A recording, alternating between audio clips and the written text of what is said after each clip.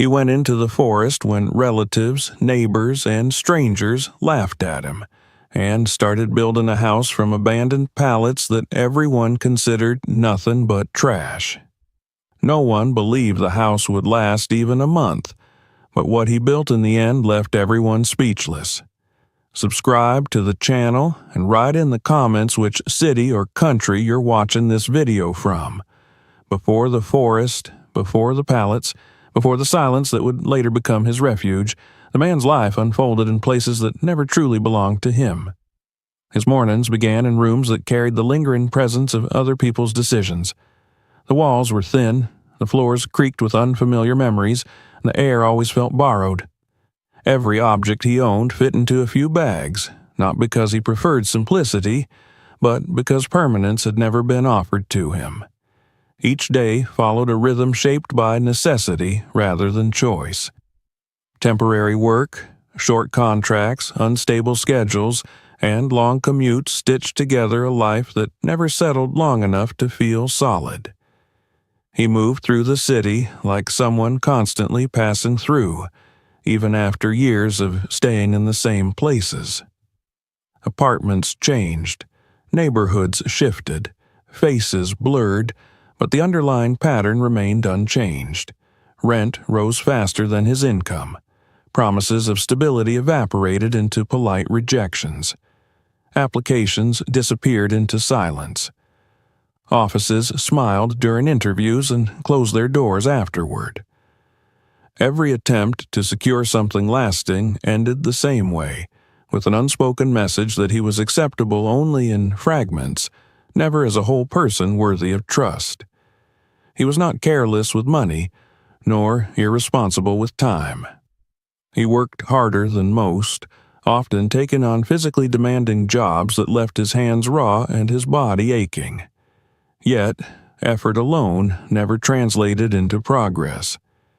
Each step forward seemed to trigger an invisible force that pushed him back into the same narrow margins. He noticed how conversations changed when people learned where he lived or what he did. The tone softened, the expectations lowered, and assumptions quietly settled around him like dust. He became accustomed to being seen as someone who would always manage, but never truly succeed. Family gatherings amplified this sense of invisibility. There, his life was measured against others with ruthless efficiency. Success was defined narrowly and without mercy. Ownership, stability, status, and visible comfort were the only currencies that mattered. His choices were framed as mistakes, his persistence interpreted as stubbornness, his refusal to settle for less treated as foolish pride. Advice came disguised as concern, but it carried the weight of judgment. He listened, nodded, and absorbed it all without protest, not because he agreed, but because resistance only reinforced their certainty that he was lost. Neighbors and acquaintances mirrored the same quiet dismissal. Smiles were polite, curiosity shallow, respect conditional. He felt it when landlords hesitated, when contracts ended without explanation, when people spoke around him rather than to him. There was always an unspoken ceiling above his head, one he was never invited to challenge. Over time, this constant pressure reshaped the way he moved through the world. He learned to keep his expectations low, his plans vague, and his dreams carefully hidden. The breaking point did not arrive as a dramatic explosion, but as a slow accumulation of small humiliations. Another rejection, another reminder that his efforts were not enough, another moment where his worth was quietly questioned. One evening, standing in a borrowed room surrounded by borrowed space, he understood with startling clarity that nothing would change if he continued asking permission to exist. The system he was navigating had no place prepared for him beyond survival. Everything else would require a different path entirely. That realization forced him inward. He began to examine what he truly wanted, stripped of what others expected or approved of. He did not crave luxury or recognition. He did not dream of excess or validation. What he wanted was something far more basic and far more radical. He wanted control over his own space. He wanted to wake up without fear of eviction, without the weight of judgment pressing against the walls. He wanted silence, stability, and the dignity of building something that could not be taken away because someone decided he no longer qualified to stay. The idea of a home had always seemed distant, reserved for those with resources and approval. Yet, as he walked through industrial districts and back alleys, he noticed something that others ignored. Wooden pallets stacked behind warehouses, discarded without a second thought. Thousands of them, weathered but intact, treated as waste simply because they no longer served their original purpose. To most people, they were obstacles or debris. To him, they began to resemble opportunity. He studied them closely, noticing their structure, their strength, the way they bore heavy loads every day without complaint. He researched quietly, observing how wood behaved over time, how it could be reinforced, protected, repurposed. He read, watched, learned, and tested small ideas in his mind. The more he understood, the clearer it became that these discarded objects were not symbols of failure, but of resilience. They had carried weight, endured pressure, and been abandoned not because they were broken, but because they were no longer convenient. The parallel was impossible to ignore. Like the pallets, he too had been useful, reliable, and persistent, yet easily dismissed once his presence no longer fit a preferred image. That realization transformed the idea from curiosity into purpose. Building with pallets was not about saving money alone. It was about reclaiming value from what the world chose to discard. It was about proving, first to himself, that worth did not depend on permission. He did not announce his plan.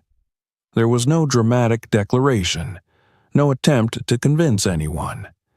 He understood that explaining would only invite laughter and resistance. Instead, he prepared quietly. He gathered tools, planned routes, mapped out places where pallets were thrown away. He calculated what he could carry, what he could store, and how long it might take. Each step brought him closer to a decision that felt both terrifying and inevitable. The forest entered his thoughts not as an escape from society, but as a boundary where its rules weakened.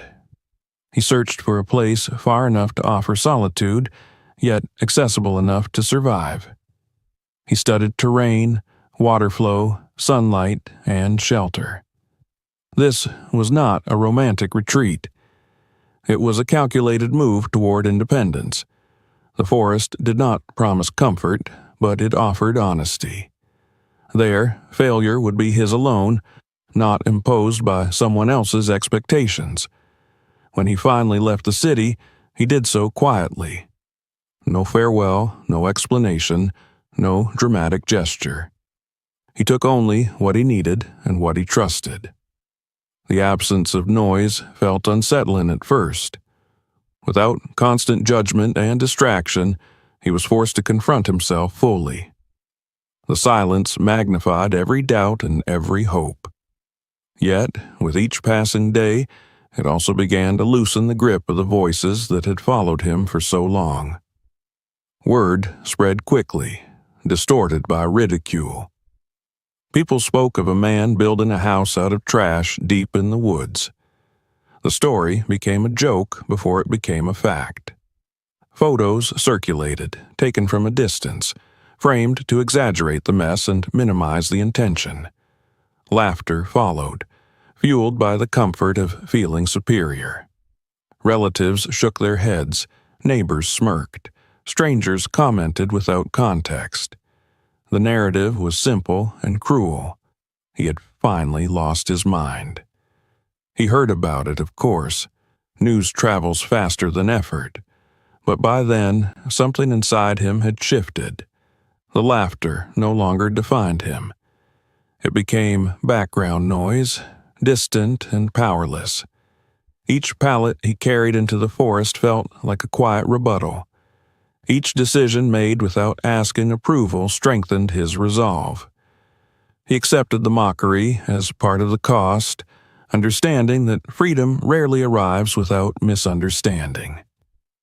As the forest slowly began to fill with stacked wood and deliberate order replaced chaos, the first chapter of his transformation settled into place. The man who once waited for permission was gone. In his place stood someone willing to endure isolation, judgment, and uncertainty for the chance to build a life on his own terms.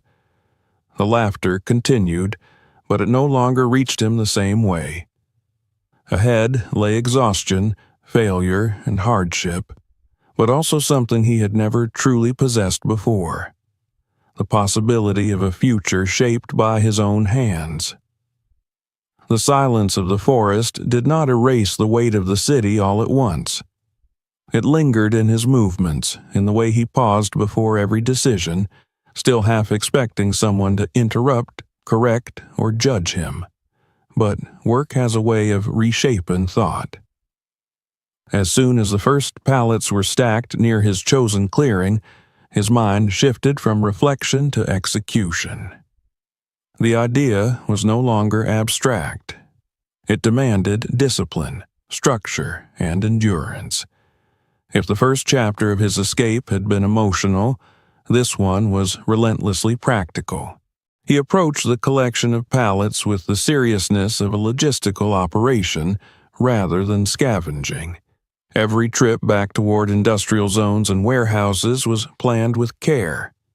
He learned which places replaced their pallets weekly, which stores left them exposed to rain, and which discarded them in bulk after deliveries. Timing mattered. Arriving too early meant suspicion. Arriving too late meant finding only splintered remains. He began to understand the rhythms of supply chains better than many who worked within them. Not all pallets were equal, and that lesson came quickly. Some were soaked through, their fibers swollen and weakened. Others carried invisible damage from years of heavy loads. He examined each one closely, learning to read the wood through touch and sound. A dull thud meant weakness. A sharp knock suggested strength. He learned to smell mold before he could see it, and to recognize stress fractures hidden beneath surface grime. What others dismissed as junk became a language he slowly mastered. Transportation posed its own challenges. Each pallet was heavy, awkward, and uncooperative. He carried them alone, sometimes dragging them across uneven ground, sometimes balancing them on makeshift supports. The physical strain was constant, but it carried a strange satisfaction. Pain now translated directly into progress. Every trip added visible mass to his growing stockpile. The forest, once empty, began to change shape around his efforts. At the edge of the clearing, he organized the pallets into deliberate stacks. Those destined for walls were separated from those meant to be dismantled. The straightest ones were reserved for structural elements. Damaged pieces were stripped down into usable boards. This order was not aesthetic. It was survival. Confusion wasted energy, and wasted energy could become dangerous when working alone, far from help. Alongside the growing stacks of wood, he built a temporary camp. It was crude but functional, designed to protect him rather than impress. A simple shelter shielded him from rain and wind. A small, controlled heat source provided warmth without risk. Tools were arranged with care, repaired when possible, replaced only when absolutely necessary. Each object earned its place through usefulness alone. Living this close to the land forced him to reconsider habits he had once taken for granted. Water had to be collected and stored thoughtfully. Food had to be planned to avoid waste and spoilage. Clothing needed to dry quickly and protect against injury. Nights brought unfamiliar sounds, reminders that the forest operated by rules older and less forgiving than those of the city. He learned to move carefully, to listen before acting, to respect boundaries that could not be negotiated.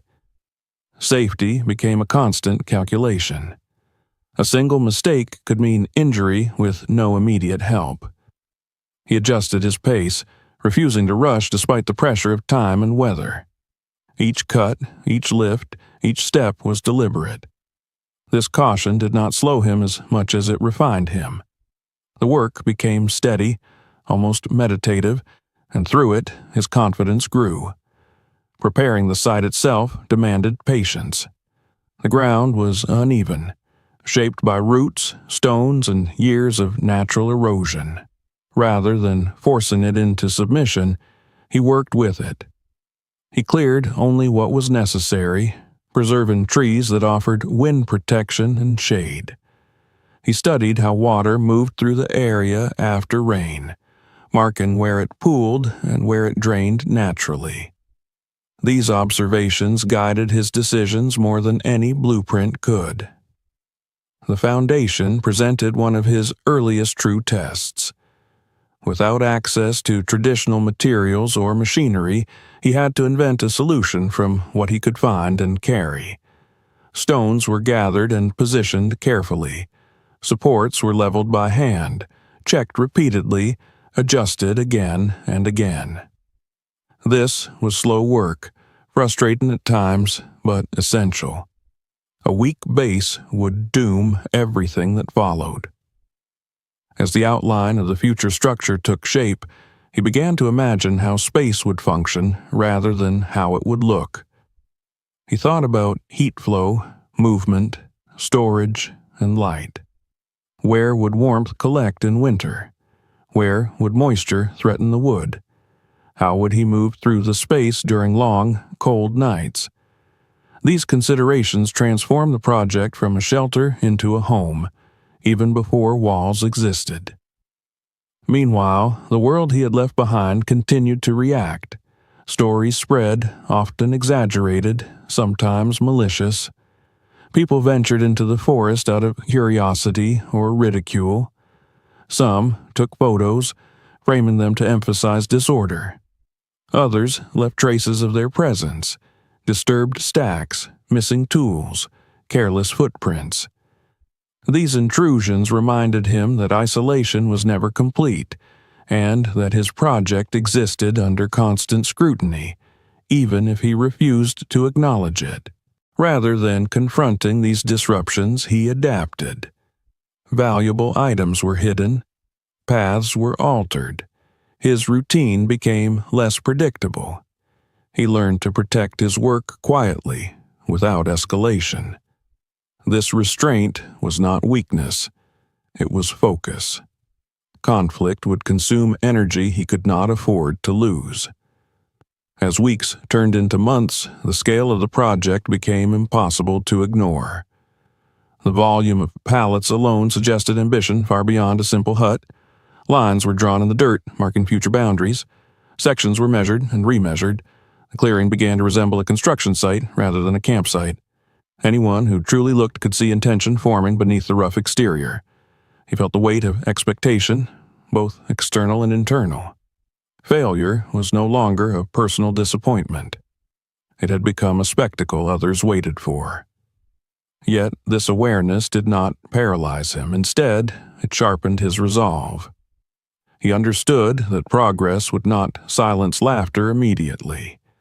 Only endurance would. By the end of this phase, his hands bore the marks of labor, and his body carried the fatigue of sustained effort. But his mind had changed more profoundly than his surroundings. The man who once reacted to circumstances was now shaping them. Each pallet placed, each tool repaired, each decision made without permission reinforced a new identity. The forest no longer felt like an escape. It felt like a workshop, a proving ground where intention met resistance daily. Ahead lay the real test. Building upward would expose every weakness, every miscalculation. The structure would soon stand tall enough to attract not just laughter, but judgment sharpened by anticipation. And when the first walls rose, the project would face its earliest and most painful failures. By the time the first walls began to rise, the forest had already learned his presence. Paths had formed where his boots passed daily. The clearing bore the marks of intention rather than accident. Stacks of pallets stood like silent witnesses to weeks of preparation, and the ground beneath them carried the imprint of careful planning. What had begun as an idea now demanded proof. The moment for theory had passed. Wood had to stand against gravity, weather, and doubt. The earliest sections of the frame came together slowly and awkwardly. From a distance, the structure looked ungainly, almost embarrassing. The pallets varied in color and texture, some darker from age, others pale and rough, creating a patchwork that invited ridicule. The lines were imperfect. The angles resisted symmetry. Temporary supports leaned at odd directions, holding up sections that seemed uncertain of their own purpose. Anyone stumbling upon the site at this stage would have seen only chaos disguised as effort. He saw something else entirely. He understood that the first form of anything honest is rarely beautiful. The early shape of the house was not meant to impress, but to endure. Each pallet was positioned with intention, reinforced where weakness revealed itself, adjusted when alignment drifted. He moved slowly, often stepping back to observe, then returning to correct small deviations before they multiplied into fatal flaws. The physical difficulty increased immediately.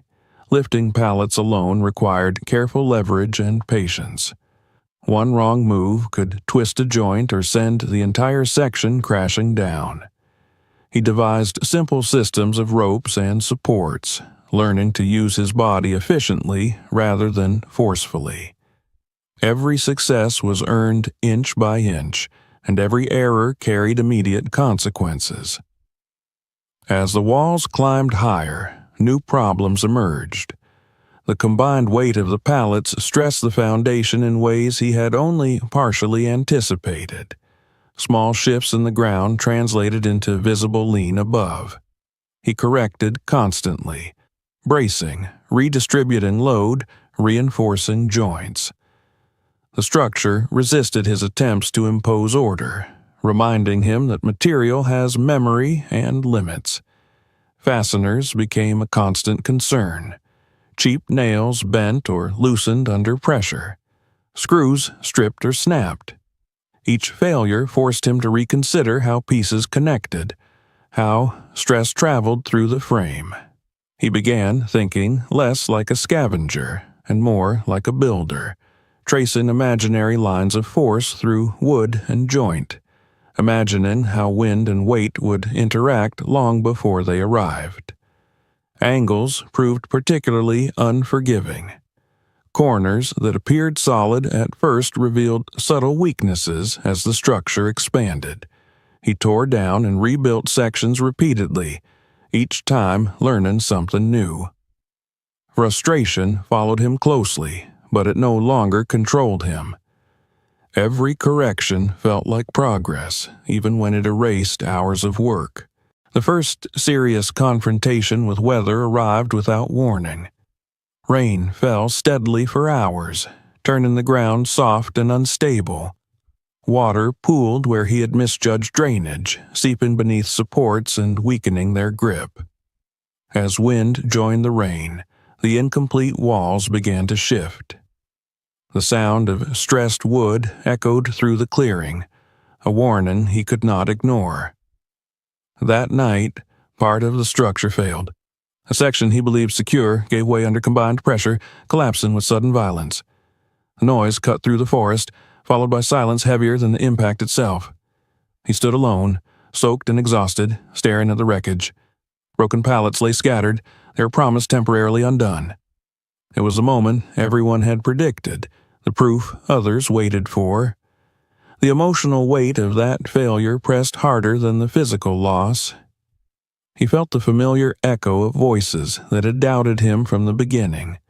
The laughter, the dismissive comments, the certainty that he would fail. In that moment, the forest seemed to hold its breath, waiting to see whether he would finally accept their judgment. He did not leave. Instead, he worked through the night, not rebuilding, but dismantling what remained unstable. He separated salvageable pieces from those too damaged to trust. He cleaned the site, restoring order from chaos. There was no dramatic defiance in his actions, only quiet determination. The collapse had not ended the project. It had clarified it. When dawn arrived, he examined the foundation with new eyes. Weaknesses revealed themselves plainly now. Supports needed reinforcement. Weight distribution required adjustment.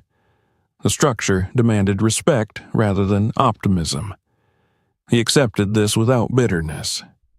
Failure, he realized, was not an enemy but a teacher that spoke harshly and honestly. Reconstruction began with humility. He lowered sections rather than raising them, strengthening before expanding. Diagonal bracing appeared where none existed before. Joints were doubled, connections layered. He experimented cautiously, testing each addition before trusting it. Progress slowed, but stability increased. Protecting the wood became a priority. Moisture threatened not just comfort, but survival. He altered storage methods, ensuring pallets dried properly before use. He treated surfaces as best he could, improvising solutions to extend their life. These adjustments reflected a deeper change in approach. The house was no longer an experiment. It was a responsibility. Despite the setback, word spread quickly. Those who had predicted failure felt validated, at least temporarily. Photos of the collapse circulated, framed as the inevitable conclusion to a foolish dream. The attention sharpened, more focused, more confident in its cruelty. Yet none of it reached him in the same way anymore. He had already faced the worst moment alone in the forest, and it had not destroyed him. As the structure rose again, it did so with greater purpose. The lines straightened, the frame stiffened. What had once seemed fragile now resisted movement. He tested it deliberately, applying pressure, observing response. Confidence returned, not as hope, but as evidence. By the end of this phase, the house stood once more, stronger than before. It remained rough and unfinished, but its presence felt different. It no longer looked like a pile of discarded wood fighting gravity. It looked like something learning how to stand. Those who expected abandonment saw only silence from the forest. No announcement of defeat arrived. No explanation followed. The man continued working, patient and unyielding. He had crossed an invisible threshold. Failure no longer threatened his resolve. It refined it. What lay ahead would be harder. Height would invite wind. Weather would test every assumption, and endurance would demand more than strength alone. But the first true failure had come and gone, and he was still there, building not just a house, but a version of himself that could not be so easily undone. After the collapse and the quiet rebuilding that followed, the forest entered a different phase of silence. It was no longer the silence of anticipation or ridicule, but the silence of endurance. The structure stood again, more grounded, more deliberate, yet far from complete. Its presence marked a boundary between what had already been overcome and what still waited ahead. This was the stage no one spoke about, the stretch where enthusiasm vanished and only persistence remained. The physical toll began to accumulate in ways he could not ignore. His hands bore deep cuts and hardened calluses that never fully healed before being reopened. His shoulders ached constantly, stiff in the mornings, slow to warm. Each movement carried the memory of strain. He learned to work through pain not by denying it, but by acknowledging it and adjusting. He took longer breaks, moved more carefully, and listened to the limits of his body, understanding that recklessness would end everything he had built. Nights grew colder, and the temporary shelter offered only partial protection. Wind found its way through seams, rain drummed endlessly on makeshift coverings, and dampness crept into his clothes and bones. Sleep came in fragments. He woke often, checking the structure instinctively, listening for unfamiliar sounds. In those moments of half-consciousness, doubts surfaced with renewed intensity.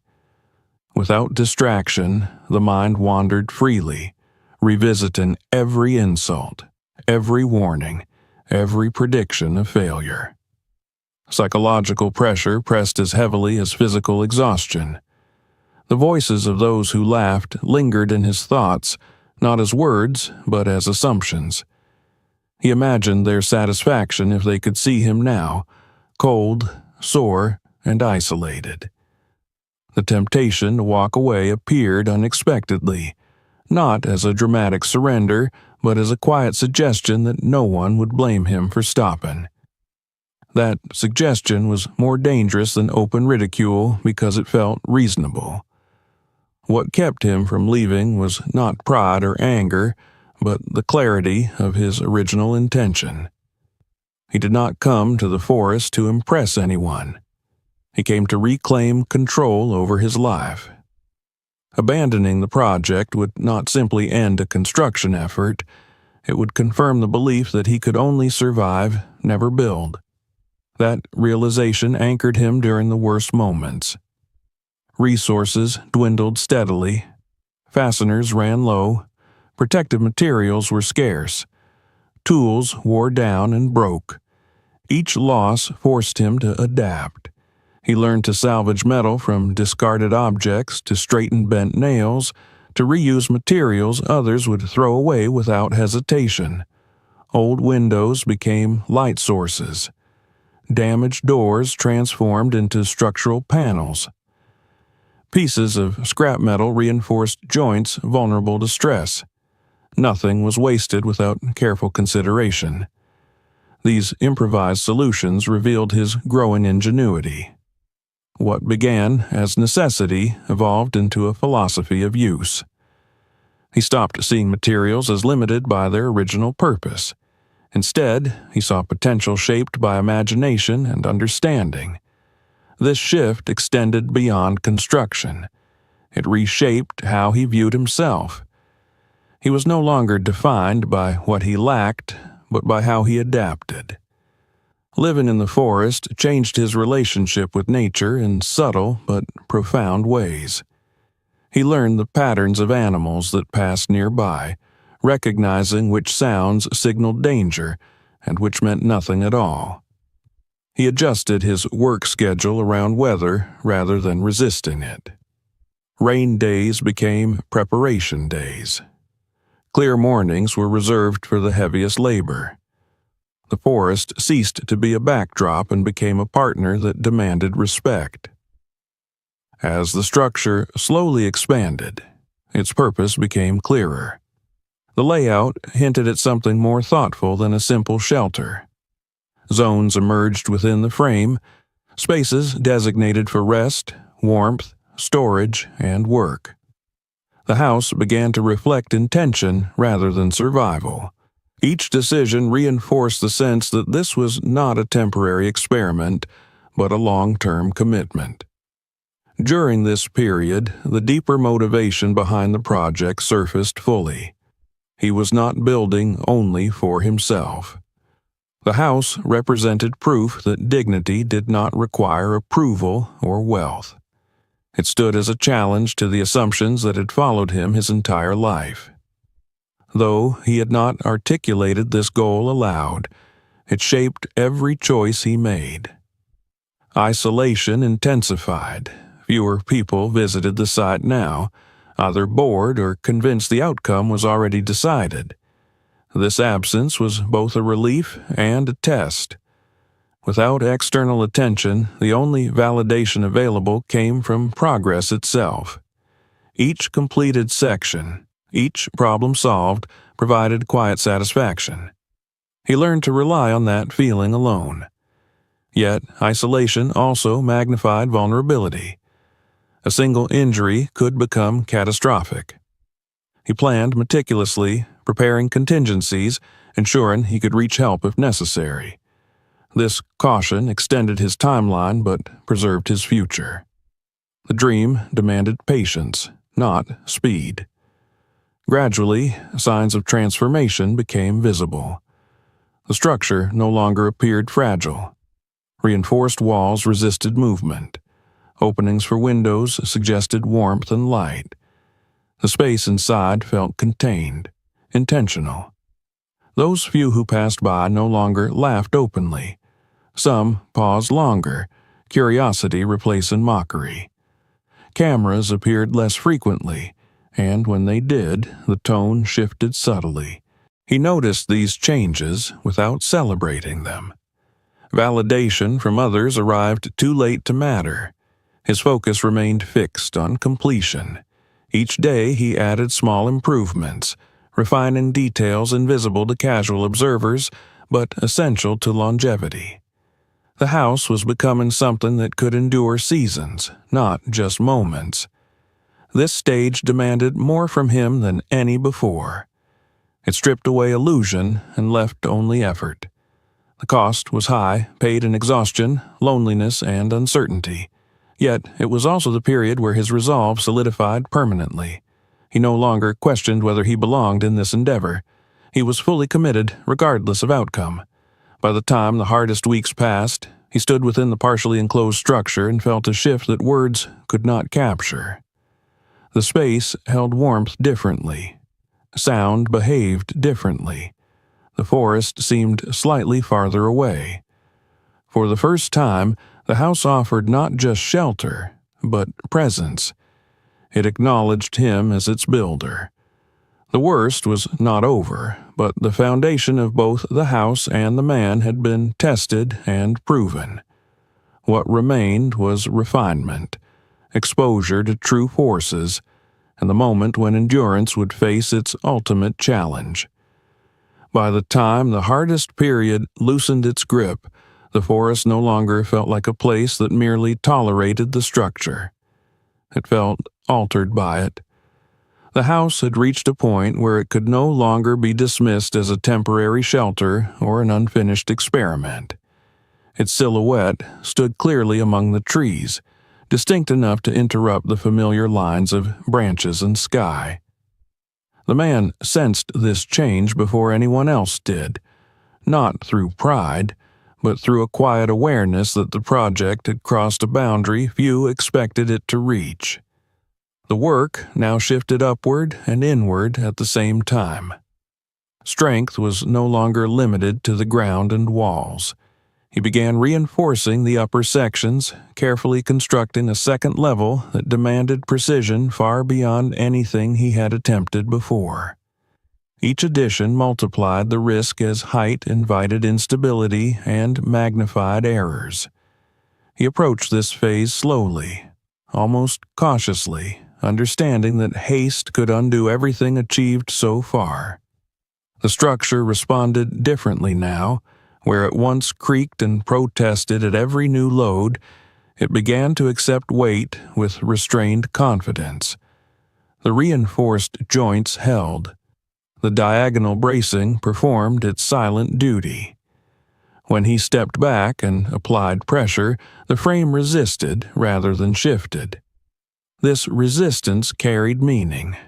It was the language of endurance, spoken through wood and tension rather than words. As the second level took shape, the interior transformed dramatically. Light began to filter through planned openings instead of accidental gaps. The play of sunlight inside the structure softened the roughness of the materials. Shadows moved slowly across walls that no longer felt provisional. The space gained depth, dividing itself naturally into areas that suggested purpose and order. What once felt like an exposed work site now hinted at shelter. Windows marked a turning point. Salvaged from discarded buildings and forgotten storage, each one carried traces of its past life. He installed them with care, sealing and reinforcing their frames to withstand weather and time. When the first window was set properly, the interior changed instantly. Air moved differently, sound softened. The house began to breathe. Insulation followed, layer by layer, applied with patience and improvisation. He worked with what he could find, combining materials to trap warmth without sealing moisture inside. Every decision balanced comfort with longevity. He tested airflow, adjusted gaps, and refined coverage until the space held heat more reliably. These details, invisible from the outside, define the difference between survival and living. The threat of water remained constant. Rain tested the roof repeatedly, exposing weak points he addressed without delay. He improved drainage, added protective layers, and redirected runoff away from the foundation. Each storm served as an examination rather than an obstacle. When the structure held, he noted its success quietly and moved on to the next improvement. Autonomy began to emerge gradually. He constructed a system to collect rainwater, filtering it through layers of repurposed materials until it was safe for use. Storage containers appeared, positioned carefully to maintain balance and accessibility. He introduced a heating solution designed to maximize efficiency while minimizing risk. Warmth became predictable rather than occasional. These developments changed the tone of the project entirely. The house no longer appeared fragile or desperate. It radiated intention. Its lines, though unconventional, felt deliberate. Anyone encountering it now paused longer, uncertain how to categorize what they were seeing. It defied easy labels. It was not traditional, yet it was not crude. It was not expensive, yet it was not cheap. The reaction from the outside world shifted accordingly. Visitors still arrived, but their behavior had changed. Laughter faded into silence. Phones remained lowered longer before recording. Some walked slowly around the structure, observing rather than mocking. Conversations quieted in its presence. The forest no longer echoed with ridicule, but with curiosity edged by disbelief. The man noticed these changes without seeking them. He did not greet visitors or explain his methods. He continued working as though unseen, focused on refining rather than defending his choices. Attention, once painful, now felt irrelevant. His relationship with the project had matured beyond external validation. Inside the house, the atmosphere grew calmer. Sounds from the forest softened, filtered through layered walls. Wind no longer whistled freely through cracks. Rain transformed from threat to background rhythm. For the first time, he experienced moments of stillness within a space shaped entirely by his own hands. This stillness brought clarity. He recognized how far the project had come, not in distance measured by time, but by transformation. What began as defiance had evolved into creation. What started as resistance had become mastery. The house reflected his internal journey as clearly as his external one. He remained cautious. Success, he knew, could invite complacency. He continued to test assumptions, reinforce weak points, and prepare for conditions yet to come. Winter loomed as a final judge, one that would expose every shortcut and oversight. He worked with that awareness constantly, refusing to celebrate prematurely. Yet, even with restraint, a quiet certainty settled in. The house had reached a stage where its existence alone challenged expectations. It stood as evidence that effort, patience, and adaptation could overcome scarcity and doubt. Those who once dismissed the project now struggled to reconcile their assumptions with reality. As the structure neared completion, the forest seemed to accommodate it naturally. The house did not dominate its surroundings. It integrated into them, reflecting light and shadow in ways that felt balanced rather than intrusive. It belonged, not because it conformed, but because it respected the space it occupied. The man continued working with steady resolve, aware that the most demanding test still awaited him. Weather would soon assert its authority fully. The house would face forces beyond human control. And in that confrontation, the project would either fail decisively or confirm what few dared to believe. For now, the impossible had already begun to look real. The shift from construction to confrontation happened quietly, almost politely, as autumn withdrew and the forest prepared itself for something harsher. The house stood nearly complete, solid in appearance and confident in posture, but nature had not yet delivered its verdict. What had been tested so far were assumptions, calculations, and endurance. What remained was the true examination, the one no human planning could fully anticipate. The season changed not with ceremony but with pressure. Cold arrived first, subtle and patient. Mornings grew sharper, breath visible in the air before the sun fully rose. Wood responded immediately, contracting and tightening, revealing faint sounds within the walls as materials adjusted to new conditions.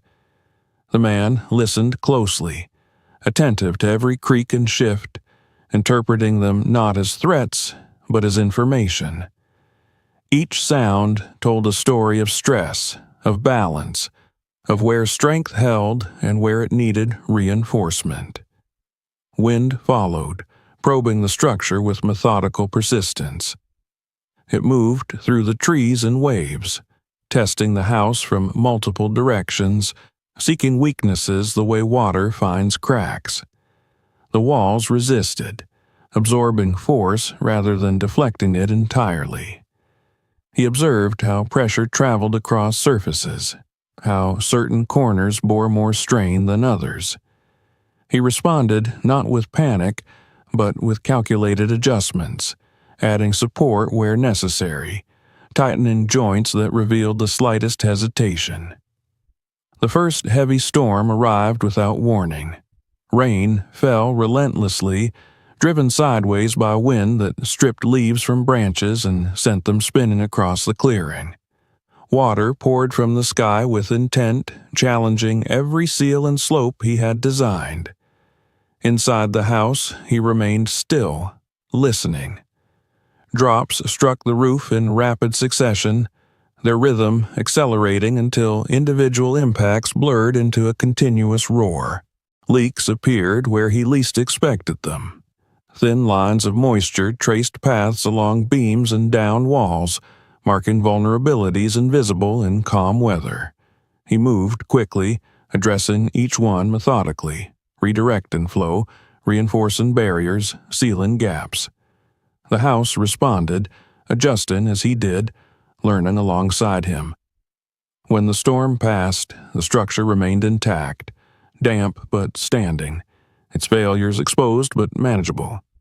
Snow arrived soon after, transforming the forest into something quieter and heavier. The weight settled onto the roof slowly at first, then with accumulating certainty. He monitored the load carefully, removing buildup when necessary, observing how the frame responded. The roof bowed slightly, then held, distributing pressure exactly as intended. It was not rigid, it was resilient. One night brought the most dangerous test yet. Wind intensified unexpectedly, rising to a level that forced even the trees to protest audibly. Branches cracked in the distance. The forest groaned under the strain.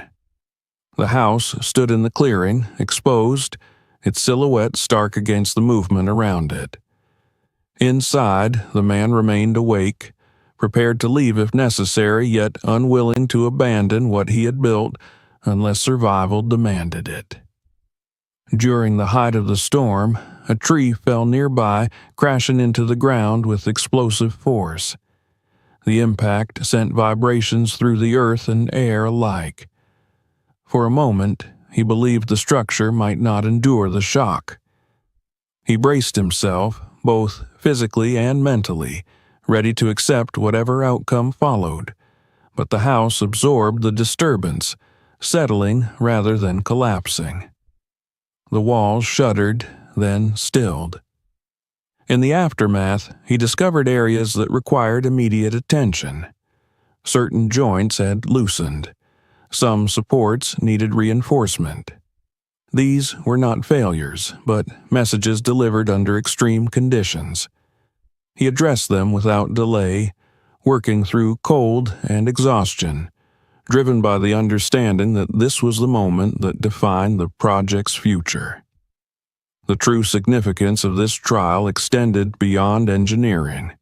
It represented the culmination of every doubt others had voiced. Those who waited for collapse believed this storm would provide it. They expected photos of wreckage, stories of defeat, confirmation of their assumptions. None came. Instead, the house endured, scarred, adjusted, strengthened, but standing.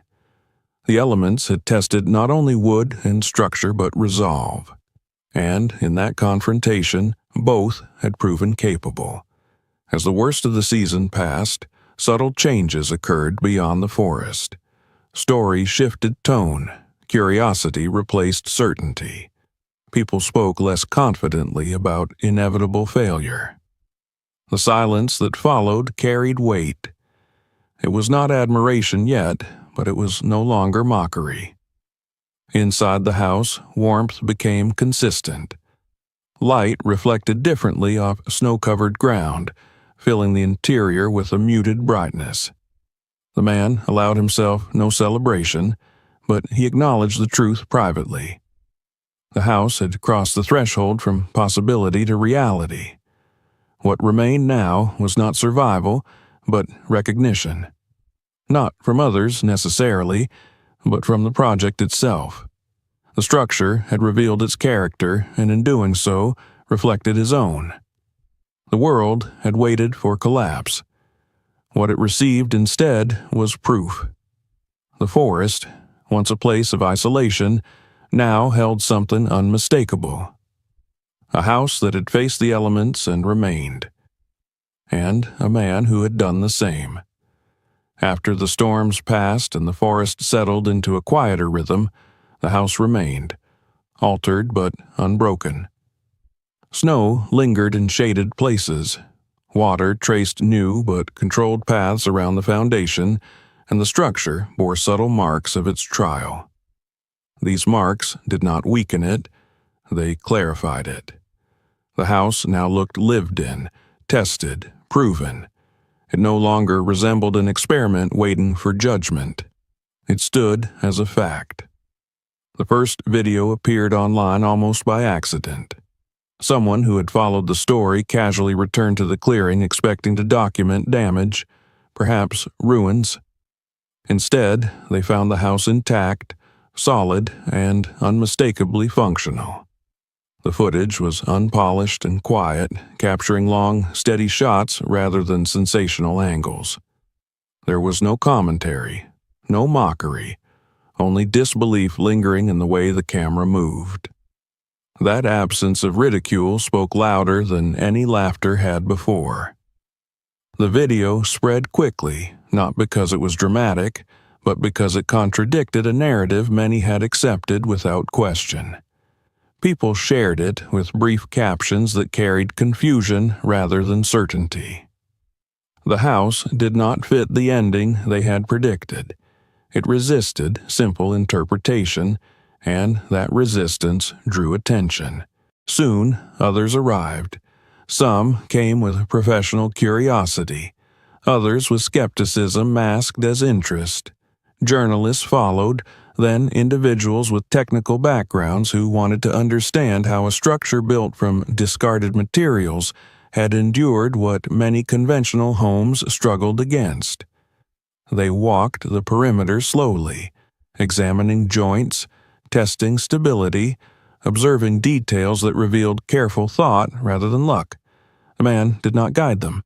He did not explain unless asked, and even then his responses remained minimal and practical. He described what worked, what failed, and what he changed. There was no attempt to impress, no effort to reclaim dignity through recognition. The house spoke more convincingly than he ever could. As scrutiny deepened, the first shock emerged. The structure was not merely standing, it was intelligently designed. Load distribution followed clear logic. Reinforcements were placed where stress demanded them. The materials, though unconventional, were used with discipline and restraint.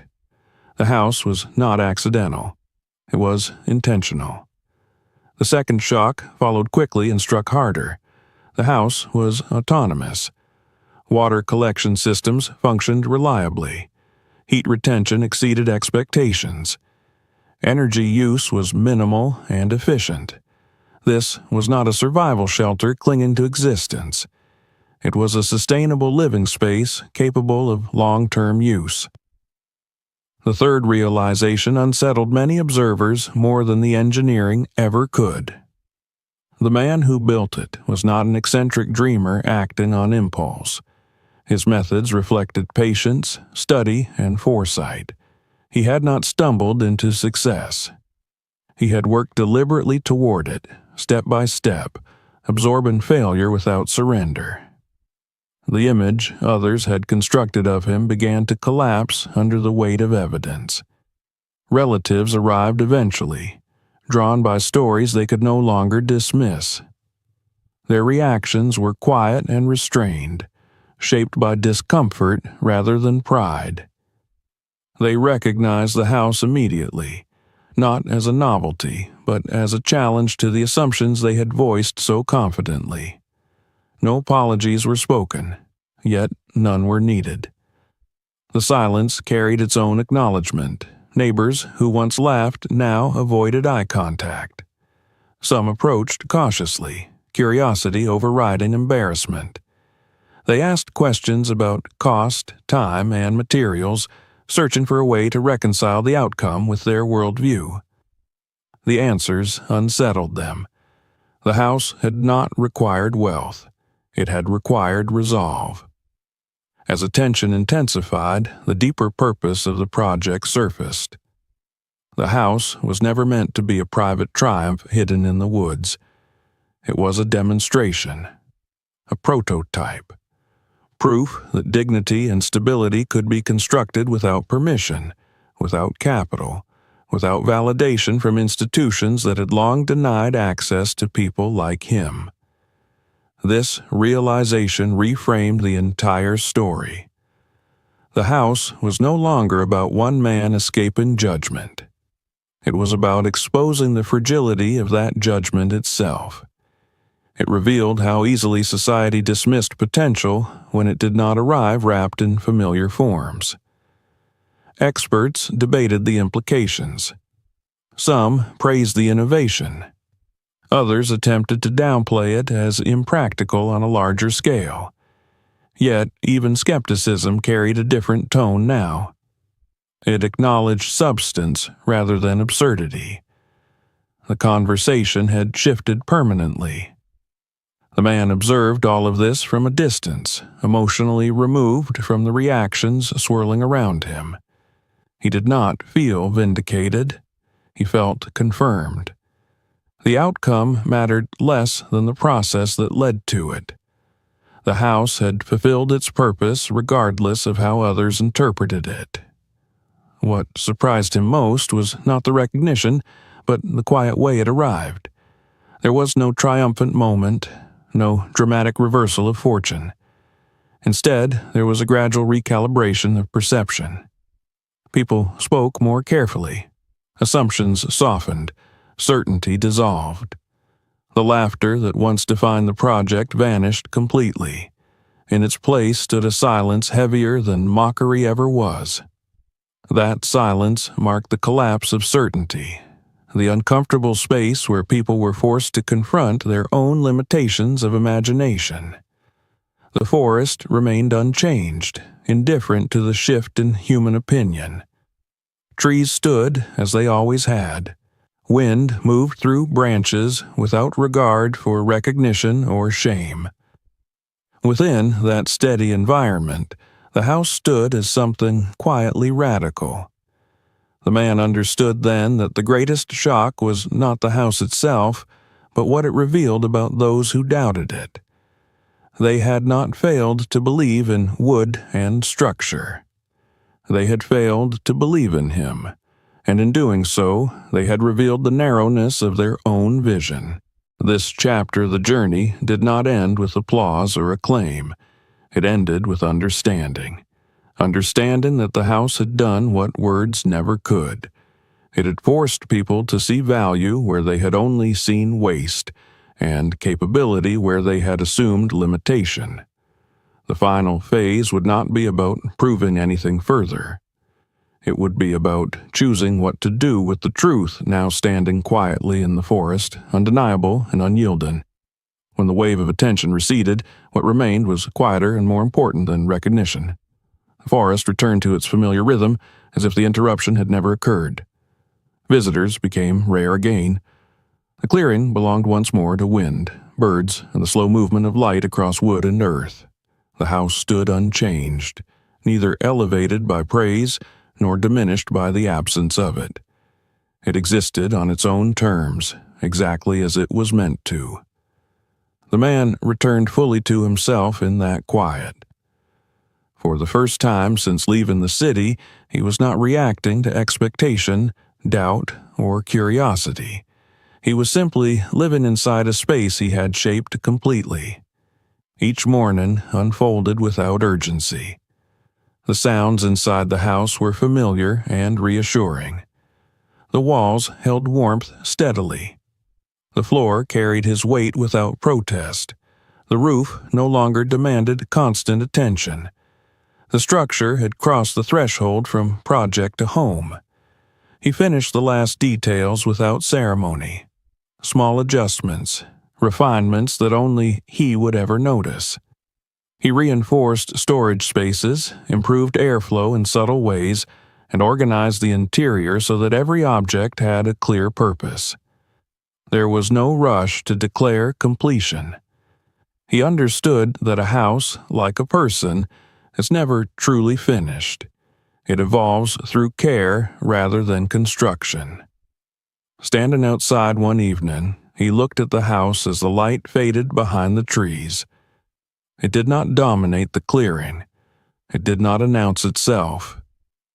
It blended into the forest with a quiet confidence, reflecting the balance he had sought from the beginning. The structure felt neither improvised nor forced. It belonged there, as if it had always waited to be built. The question of what came next emerged slowly. Offers arrived, some subtle, others direct. People suggested monetizing the idea, turning the house into a spectacle or a commodity. Others spoke of partnerships, exposure, expansion. He listened without committing. These opportunities carried a familiar tone, one that felt dangerously close to the systems he had walked away from. He chose restraint instead. The house had never been about profit or validation. It was proof of concept, not a product.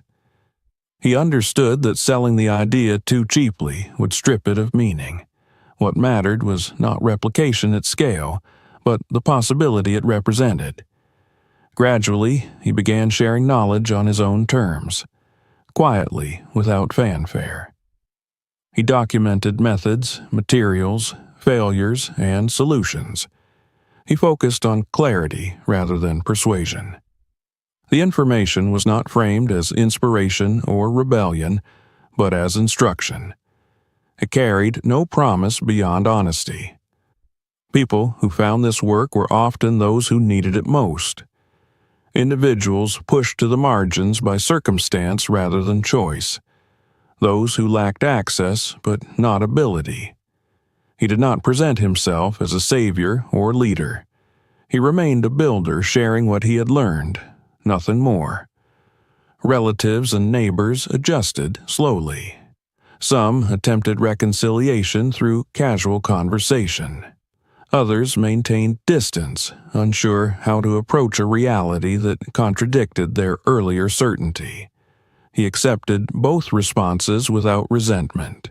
Understanding did not require agreement, only acknowledgement.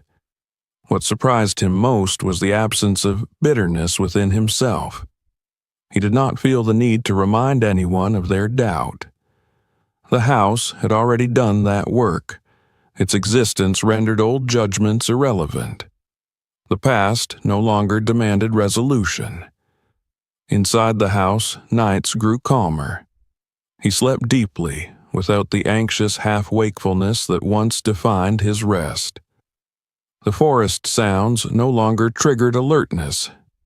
They blended into the background of safety he had built with his own hands. For the first time, rest did not feel borrowed. The final realization arrived not as a revelation, but as a steady awareness. He had not just built walls and a roof. He had built permission for himself to exist without apology. The house was a physical manifestation of that permission, solid and unarguable. On one quiet morning, light filled the interior through the windows he had installed months earlier. Dust moved gently in the air.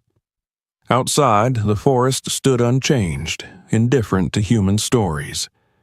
Inside, a man stood in silence, no longer proving anything. The people who once laughed would never fully understand what had happened there. They would see the structure and speak of materials, ingenuity, and endurance, but they would miss the deeper truth. That the most important thing built in that clearing was not the house. It was a life reclaimed from dismissal, constructed patiently from what others had thrown away, and finally made whole without a single word needing to be spoken. If this story moved you, don't stop here. Subscribe to the channel so you don't miss the next stories like this one. Watch the following videos and discover what happened next and what others never expected. Share this video with someone who needs to see it. You never know who it might inspire.